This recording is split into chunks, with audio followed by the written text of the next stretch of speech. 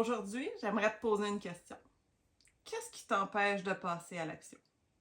En fait, tu sais, quand on veut changer d'emploi, quand on veut changer tous les changements qu'on veut faire ou quand on veut prendre action, puis là, on bloque en se disant je vais y aller avec les transitions professionnelles puisque c'est mon créneau, mais c'est la même chose pour plein d'autres domaines.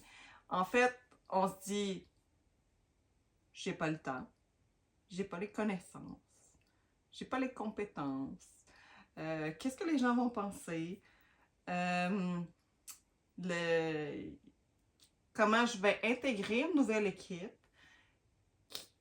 Ça va être qui mon patron? Ça va être qui l'équipe? Est-ce que je vais avoir assez de revenus? Est-ce que je vais retrouver le même revenu? Est-ce que je vais arriver dans une équipe qui est pire que celle que j'ai déjà? En fait, on a plein de questionnements qui est normal. Est-ce que c'est vraiment des questionnements ou des excuses? C'est là qu'il faut faire un comparatif. Est-ce que c'est des excuses que je me donne pour pas passer à l'action? J'ai pas le temps de me chercher un job. OK, mais si t'as pas le temps puis que t'es pas bien dans ton travail, y a pas personne qui va le faire à ta place. Donc, est-ce que c'est juste de remettre parce qu'on veut pas affronter l'inconfort qui est là présentement pour passer à l'action?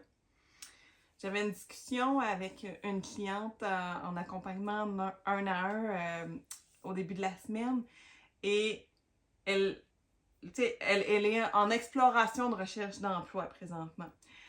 Et elle était hésitante à contacter une entreprise qu'elle voudrait aller travailler.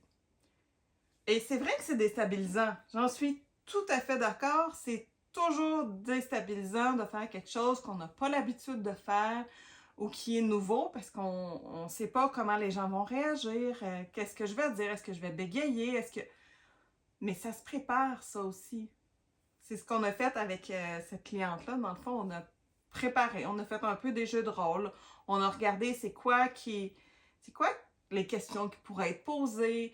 Donc, d'essayer d'atténuer un peu le nouveau et de voir qu'est-ce qu'elle a comme outil dans son coffre à outils pour faire cet appel-là.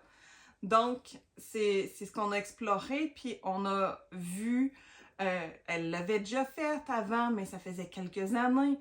Donc là, c'est de retourner, de dire, dans le passé, j'ai contacté des entreprises pour trouver un nouveau travail.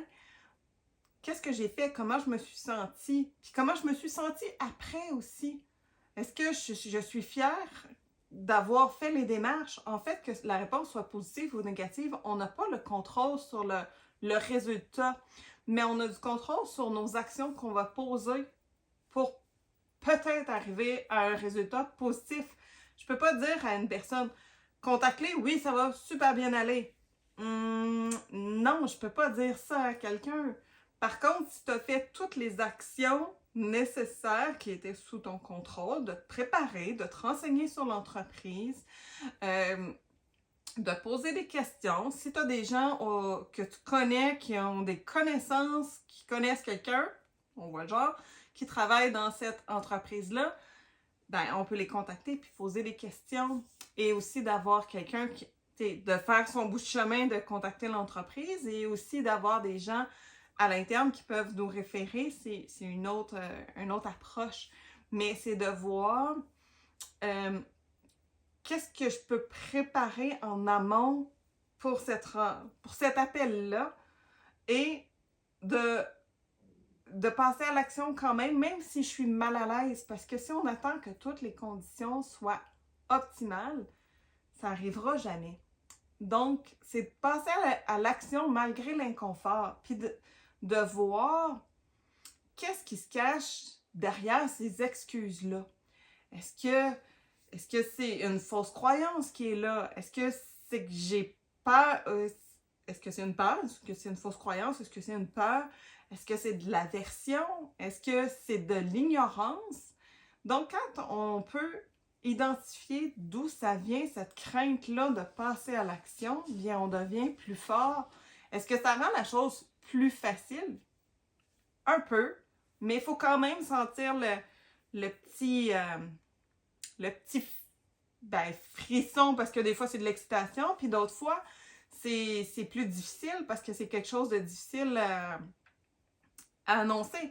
Je vais donner un exemple. Dans ma carrière professionnelle, j'ai eu à rencontrer des gens parce qu'il y avait eu des vols ou des fraudes. Est-ce que c'est facile de faire? Tellement pas. Puis pourtant, ces gens-là ont fait quelque chose de mal, mais c'est pas plus facile de faire ces rencontres-là, d'expliquer ça aux gens.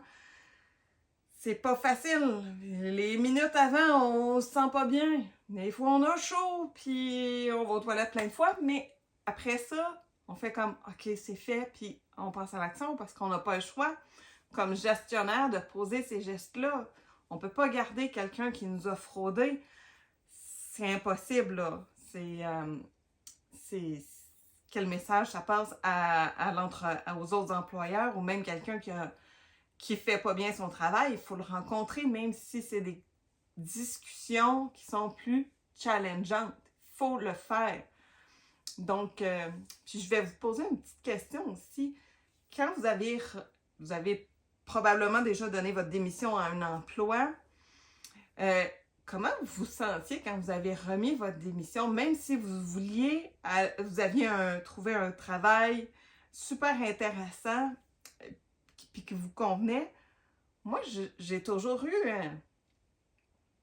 je vais dire, pas une crainte, mais un sentiment que c'était pour être difficile, un drôle de sentiment qui était là quand même en donnant ma démission, même si je savais que j'avais un autre emploi ou que j'avais un autre projet. La dernière fois que j'ai donné ma démission là, de mon travail rémunéré, c'est en mai 2023. Mais juste avant d'aller donner ma démission, je savais, j'étais mal à l'aise de la donner. J'étais mal à l'aise de la donner, c'est un peu drôle, mais en même temps, je savais que c'était ça qu'il fallait que je fasse, mais juste parce que je sais qu'en arrière de ça, il y a des humains, puis qu'il va y avoir des chamboulements. En fait, c'est ce que moi j'ai identifié dans mon cas, c'est les chamboulements qui sont là. Est-ce que je suis irremplaçable? Loin de là, là. Ils ont trouvé quelqu'un pour me remplacer, puis c'est bien correct. Tant mieux pour l'organisation. Mais de savoir que pendant un temps, ça serait un peu le chaos, puis c'est ce que moi, ça venait me chercher. Donc, de voir derrière ces gestes-là, mais ça m'a pas empêché de donner ma démission, mais qu'est-ce qui est là? Malgré les conforts, passer à l'action, mais d'identifier qu'est-ce qui cause l'inconfort peut nous aider dans plein d'autres domaines de notre vie, parce que souvent, ce qui se passe dans un domaine de vie vient se répéter dans d'autres domaines de vie. Donc, je vous invite à une petite réflexion de savoir quelle excuse tu donnes pour pas passer à l'action? Quelle excuse tu donnes pour pas t'inscrire à un cours? Quelle excuse tu donnes pour pas demander pour pas demander de travailler sur tel projet parce que tu vois que ça t'allume, t'aimerais ça travailler sur tel projet, mais t'oses pas pour plein de raisons. Donc, voir, est-ce que ton excuse, c'est toujours le manque de temps, je suis débordée, j'y vais pas. Est-ce que ça fait 5 ans que tu dis ça, que t'es débordée? Il faut prendre le taureau par les cornes, puis passer à l'action, puis régler les choses aussi. Donc, sur ça, je vous souhaite une bonne réflexion et je vous invite à vous inscrire à l'infolette parce que j'envoie des petites questions de réflexion qui peuvent vous aider dans ce cheminement-là. Donc, sur ça, une excellente journée.